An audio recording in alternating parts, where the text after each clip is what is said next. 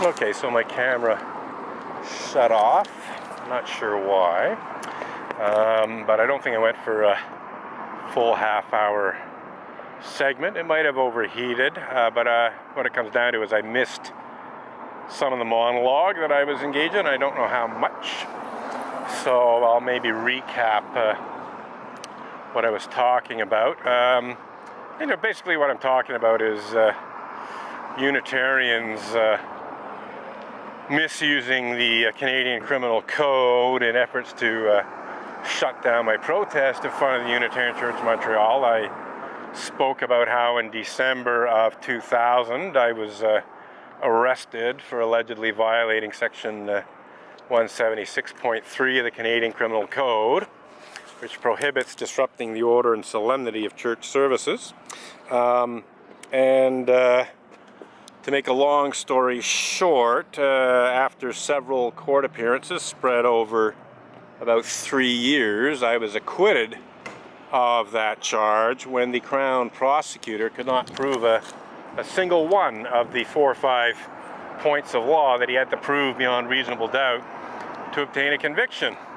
I also mentioned how Montreal City Councillor Jeremy Searle was involved in that misuse of SPVM power and misuse of the criminal justice system in an effort to force an end to my protest outside the Unitarian Church of Montreal, because that's what it was all about. It was all about getting me convicted of a crime so that they could then, get an injunction against me that prevented me from being near the church and so on and so forth, if not throw me in jail for a bit. So in any case, Jeremy Searle was involved in that. He pressured the police to arrest me. Well, I can't say specifically off the top of my head that he actually demanded that they arrest me, but he certainly demanded that they, in quotation marks, do something to prevent me from protesting, and so that's what happened. I say that on the basis of letters that he wrote to I believe Station 12 in Westmount, which were part of the evidence against me when it went to trial. I just can't off the top of my head remember the exact words of Jeremy Searle's letters. It was written quite some time ago now, almost 20 years ago. I could refresh my memory by accessing the evidence, obviously, but nonetheless, it was very, very clear that Jeremy Searle, along with other Montreal Unitarians, was pressuring the SPVM to, arrest me on criminal charges so that they could shut down my protest in front of the church. And it didn't work out for Jeremy or anyone else when I was acquitted. Quite enjoyed cross-examining Jeremy Searle, and good day, sir, and also Val Bourdon, who were the 2 of 3 prosecution witnesses that were brought against me. They never even got to the 3rd prosecution witness because my cross-examination of Val, also known as Valmir Bourdon, and Jeremy Searle totally demolished any possibility of convicting me by showing that my protest in no way affected the service itself going on inside the church. So it was game over, as it should have been from the beginning. I actually tried to persuade the Crown prosecutors to drop the charges because there was really nothing to go on. I made it clear to the Crown prosecutors that my protest was outside the church. I'm not making a whole lot of noise, and the church is pretty well, probably soundproof. But even if it isn't, it doesn't matter because I'm hardly making any noise. But one of the points that I made is that they basically can't even see me from inside the sanctuary when there's a service going on. This window is totally blocked by a memorial for one of the Montreal, well, actually for 2 Montreal firefighters who were killed when they were fighting a fire started by the church organist, who basically set fire to her music papers in the church, her sheet music. She set fire to it in the church, and the whole church burned down. And in the course of fighting the fire, a wall collapsed on 2 Montreal firefighters, and they were killed. Apparently, also 2 Montreal firefighters were seriously injured when they jumped to avoid, having the wall fall on them, and were seriously injured, as a result of jumping from quite a high height. So, basically 2 deaths and 2 serious injuries as a result of Wilhelmina Tiemersma's act of arson. So that window's totally blocked. The 2 other ones up high, there's nobody. All they're going to see looking out those is sky. And then there's just this one narrow slit window here, which they might see the top of my head go by if they tried really hard. So essentially I'm completely invisible and pretty well completely inaudible. So there's no way that my protest outside the church in any way affects the service itself. And this was made very, very clear in my cross-examination of Jeremy Searle and Valmir Bourdon, and so it wasn't necessary. It would have been a waste of time to bring the 3rd witness. So the prosecutor just threw in the towel, and that was that pretty well. So anyhow, getting back to more recent issues, on December 11th of last year, I went to a Montreal City Council meeting to ask a question. And as I was waiting to ask a question, I was arrested by the SPVM Groupe Intervention cops who handle security at the City Hall during City Council meetings. I have to say they were really nice about it. They basically were very professional and polite and respectful and even curious. They didn't quite understand, why I was being arrested, and they were asking me like, are you under conditions and this and that. And they couldn't really have been nicer about it. And so I have no complaints about how they handled that arrest. They were essentially ordered to arrest me by another SPVM officer, probably sergeant detective, who was handling a complaint that, unbeknownst to me, had been brought against me by Sue Montgomery. And it was all about, trying to silence me by accusing me of criminal harassment on the flimsiest of grounds. And I'm very confident that as long as the law is properly interpreted, that I will be acquitted when it once again becomes clear that at least 2 of the points of law that need to be proven beyond reasonable doubt cannot be proven beyond reasonable doubt, because I can introduce an abundance of reasonable doubt on 2 of them at least.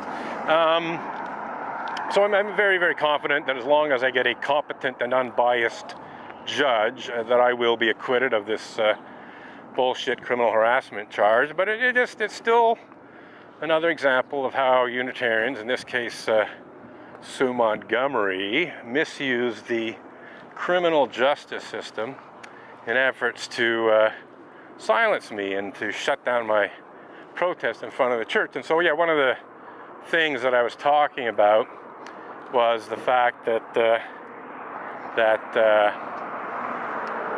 I had,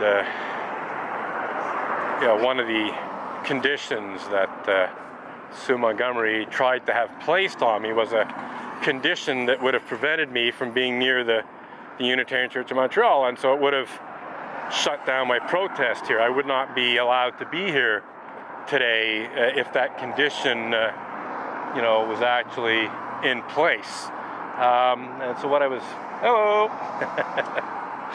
and getting away from the kid there. So anyhow, so here's the thing: is so when you're released, or if you want to be released after having been charged with a crime, you pretty well have to agree to certain conditions.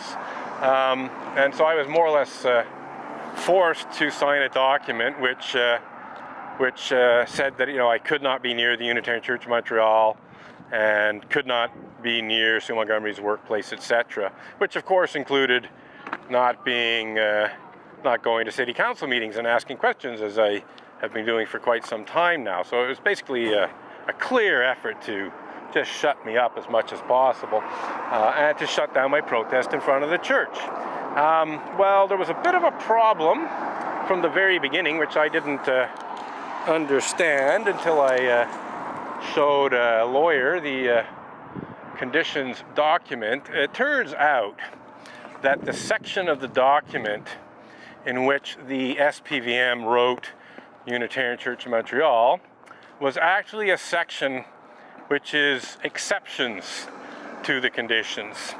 So this was actually, it's very obvious that this was an error on the part of the SPVM. In other words, you know, they clearly, based on circumstantial evidence and so on, you know, wanted to place a condition on me. Sue Montgomery wanted to place a condition on me that would prevent me from being here and protesting. She clearly wanted to shut down my protest in front of the church. That was part of her motivation for having me accused of criminal harassment.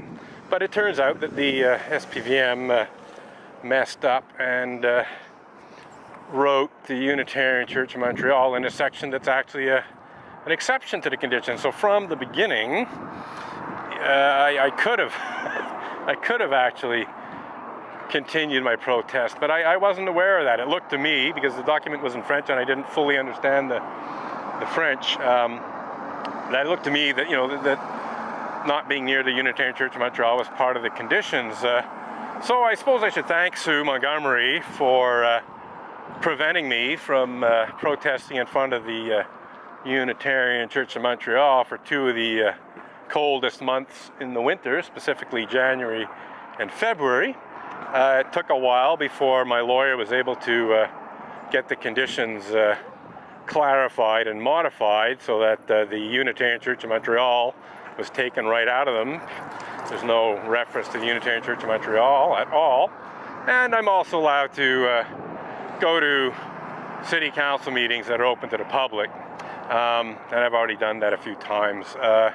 So, in fact, there's a city council meeting in NDG tomorrow that I'm debating going to. I think, all things considered, I probably won't, for several different reasons.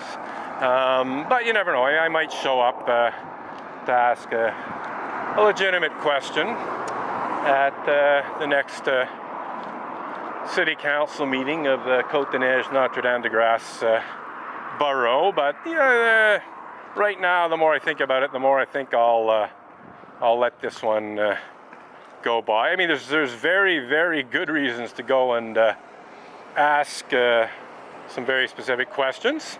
There's also reasons to just let it ride for a bit. So we shall see what happens. But you know, what it all comes down to is Sue Montgomery is one of these Montreal Unitarians, to say nothing of Unitarian Universalists more generally, who misuse the criminal justice system to try and silence me, try and force an end to my protest in front of the church, try to prevent me from talking about clergy abuse and cover up and denial of clergy abuse and so on. There's no question that Sue is part of the problem. And yeah, that's what I wanted to say, clearly illustrating that, and clearly illustrating that the mention of the Unitarian Church of Montreal in the original conditions was clearly had intended to be an actual condition against me. It was, you know, it had, the SPVM had basically wanted that to be a condition against me, along with Sue, of course, basically acting on Sue's wishes. Clear evidence, clear circumstantial evidence that this condition had been fully intended and never was intended as an exception, was the fact that on March 18th I was protesting here. You know, I'd resumed my protest in March, and And I'm protesting, and Sue Montgomery comes along and walks to within 10 or 15 feet of me, and she sees me. I didn't recognize her immediately, but she pulls out her cell phone and takes a picture. And then she proceeds to kick down all of my freestanding picket signs. So she kicked down, you know, the two picket signs that are over there, which, by the way, are the ones that are in my hands right now. That on that day, the picket signs, the first picket signs that Sue Montgomery kicked down were the ones I'm about to show you. So here we go. This is the first pair of picket signs that Sue Montgomery kicked into the street, actually, on March 18th of 2018. So Unitarian Universalists misuse blasphemy law to cover up and deny pedophilia and rape. So most ironically, by kicking these picket signs into the street, making them unreadable by the public and certainly by passing cars and pedestrians, Sue Montgomery actively participated in Unitarian Universalist cover-up and denial of pedophilia and rape, because she hid that fact from the public in a very physical, tangible way. And I actually later put those picket signs back up, and Sue threw them into the street away. This time she grabbed them in her hand, or at least one of them, and threw them into the street. So there's actually video footage of Sue Montgomery with her two hands on my picket sign that says cover up and deny pedophilia and rape, as she's throwing it into the street. So if that's not hands-on, quite literally hands-on involvement in Unitarian Universalist clergy abuse cover-up and denial, I don't know what it is. So that's proof.